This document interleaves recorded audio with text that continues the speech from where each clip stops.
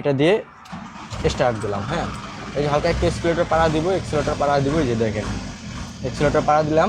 তো আমি গিয়ারটা ফেলাবো, তো গিয়ারটা ফেলানোর আগে আমার যে কাজগুলো আছে আমি করে নিব, যে সিট বেল্টটা পরে নিব। দেখেন আমি সিট বেল্টটা কিন্তু অলরেডি পরা আছি। আমার লুকিং গ্লাসের দুইটা মানে লুকিং গ্লাস অ্যাডজাস্ট করে নিব, যে সঠিক মাপ দেখা যাচ্ছে কিনা। তো আমার এইগুলো যেহেতু অলরেডি আগে থেকে ছিল মানে অ্যাডজাস্ট করা, তো আমি সিটের মাপটাও অ্যাডজাস্ট করে নিব। তো সব কিছুই আমার যেহেতু করা, তো আমি কী করবো, এখন ক্লাসে পাড়া দিব। দেখেন আমি ক্লাসটা কী করে কীভাবে পাড়া দিতেছি।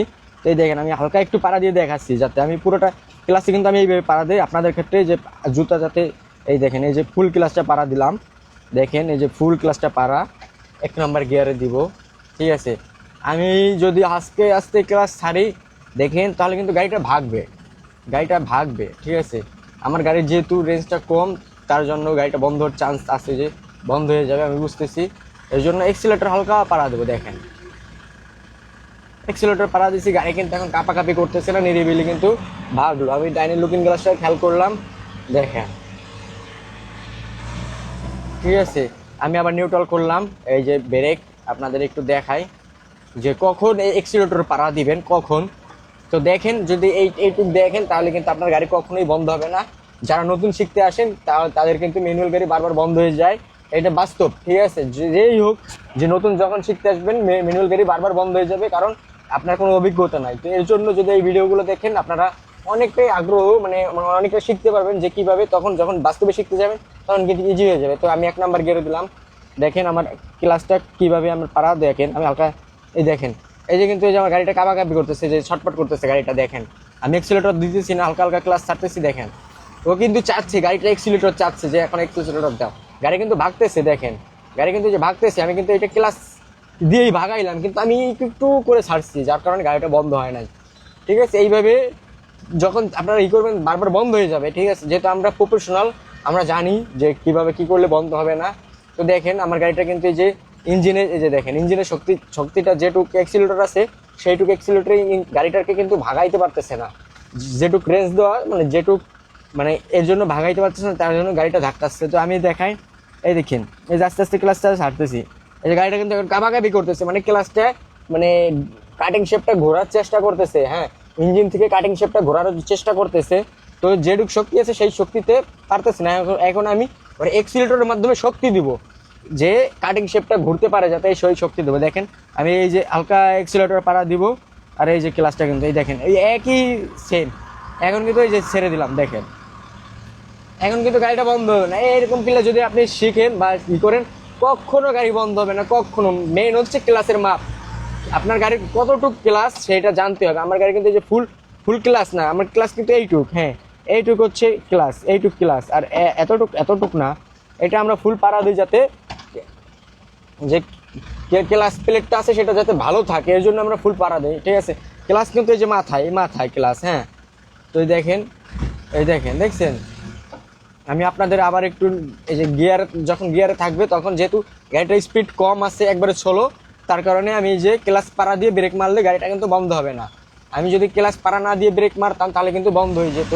আমি আপনাদের একটু দেখাই, এই যে গাড়িটা চলতেছে, মনে করেন চলতেছে। হ্যাঁ, গাড়ি কিন্তু চলতেছে, আমি যদি এখন ব্রেকে পাড়া দিই, তখন কিন্তু বন্ধ হয়ে যাবে, যে বন্ধ হয়ে গেছে। দেখছেন, মানে নতুনদের ক্ষেত্রে কিন্তু এইগুলো বেশি হয়।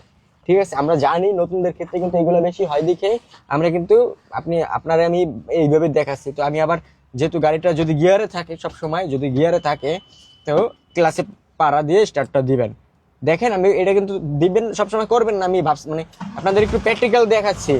যেহেতু গিয়ারে রয়েছে, তো আমি দেখেন ক্লাসটা যে হালকা হালকা ছাড়বো। দেখেন আমি যে ক্লাসটা ছাড়বো, আমার এখন কিন্তু যে গাড়িটা কিন্তু যে কাঁপাকাঁপি শুরু, হালকা হালকা কাঁপতেছে, মানে গাড়িটা এখন ইঞ্জিন থেকে শক্তি চাচ্ছে।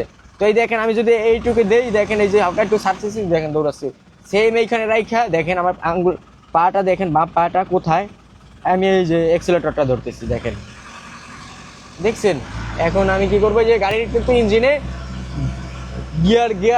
গিয়ার চাচ্ছে, ইঞ্জিনে আমাকে বলে দিচ্ছে, ইঞ্জিনটা কিন্তু এখন ফ্রি হয়ে গেছে, গাড়িটা কিন্তু গিয়ার চাচ্ছে। তো এই যে আমি 2 নম্বর গিয়ারে দিব, দেখেন দেখতেই পারতেছেন। তো এই যে আমি বামে চলে যাব, এই যে বামে দিলাম, বামে চলে যাচ্ছে। এই যে আবার গাড়ির গিয়ার চাচ্ছে 3 নম্বর। আমাদের কিন্তু ভাই মিটারে তাকান লাগতেছে না, আমরা কিন্তু গাড়ির শব্দ, ইঞ্জিনের যে শব্দটা হচ্ছে সেই শব্দটার কারণই বুঝতে পারতেছি যে গাড়িটা এখন গিয়ার চাচ্ছে। তো আপনারাও প্রথম বুঝবেন না, এই শব্দটা বুঝবেন না, 4-5 দিন গেলে বুঝতে পারবেন। যখন আপনারা ট্রেনিং নেবেন 4-5 দিন গেলে এই শব্দটা বুঝতে পারবেন। হ্যাঁ, আর কখনোই গাড়ি চালানোর সময় ভয়ভীতি পাবেন না। কোনো আপনার যে মনটা আছে সেই মন দিয়ে গাড়ি চালাবেন, কোনো মনটা দিয়ে বাজে চিন্তা করবেন না, কোনো কিছু আউট নলেজে নেবেন না, শুধু গাড়ি চালানোই শিক্ষা করবেন। দেখেন ডাইনে দিকে একটা হাইস গাড়ি বের হয়েছে, আমি ওকে সাইড দিব, ডাইনে ইন্ডিকেটারটা দিয়ে নিছি। আমি একটু দেখে নিব গ্লাস থেকে যে আমার কোনো কিছু আছে কিনা। আমি হাত দিয়ে সিগন্যাল দিতেছি দেবো, মানে এটা হচ্ছে এক্সপেরিমেন্ট। এই যে আমি দেখেন ইউটার্ন নিয়ে ফেলাইলাম, ঠিক আছে। ওই যে গাড়ির গিয়ার কিন্তু 3-এ আছে, 3 নাম্বারেই, যেহেতু বলছি আমি এর আগে কয় নাম্বার গিয়ার কি সেই জন্য 3 নাম্বার গিয়ারে কিন্তু গাড়ি কিন্তু অনেক শক্তি পায়, যার কারণে আমি ঢালটা 3 নাম্বার গিয়ারে দিয়ে উঠতেছি। হ্যাঁ, 3 নাম্বার গিয়ার কিন্তু ওভারটেকের জন্য মানে বানানো আর কি, যে 3 নাম্বার দেখেন আমি যদি শক্তি পাই গাড়িটা, এই যে দেখেন এই যে ক্লাস, তখন ক্লাসটা পাড়া দিলাম, ঠিক আছে। আমি কিন্তু ব্রেক আগে মারছি তারপর ক্লাস করছি। হ্যাঁ, তো আমি ডাইনে খেয়াল করে নিব, ডাইনে যেহেতু এই দেখেন, ঠিক আছে।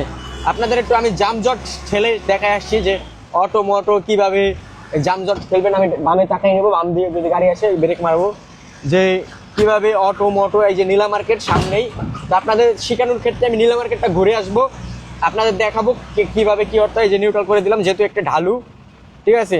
ভিডিওটা বড় হইতে পারে, ঠিক আছে। আপনারা যদি দেখেন তো এই কোর্সটা যদি আপনি করেন অনেকটাই উপকৃত হবেন। আমি চাই ভিডিও বড় হোক, সেইটা আমার দেখার বিষয় না, ঠিক আছে।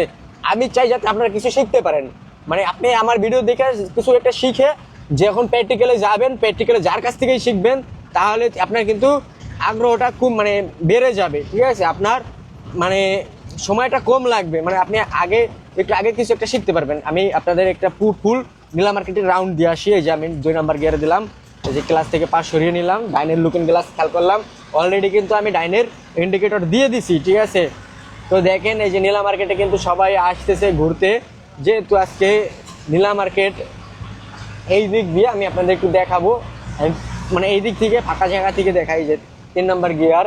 আপনাদের সবচেয়ে সুবিধা হবে যে 3 নাম্বার গিয়ার, আমি এই ভিডিওটা দেখলে অনেক কিছু শিখতে পারবেন।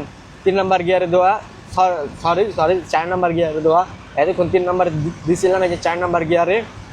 আর যারা এই পর্যন্ত ভিডিওটা দেখছেন তারা অন্তত একটা কমেন্ট করবেন, বলবেন যে ভাই আমি ভিডিওটা কন্টিনিউ দেখছি। তাহলে কি করবে, আমি যদি আপনাদের এই কমেন্টটা দেখি, তাহলে আমি কথা দিচ্ছি যে আমি আপনার প্রোফাইলে গিয়ে বা আপনার পেজে গিয়ে আমি একটা সাপোর্ট করার চেষ্টা করব, বা আপনাকেও আমি একটা কমেন্ট করবো, লাভ রিয়েক্ট যা আছে সব কিছুই দিব। এই অন্তত একটু কথা দিলাম।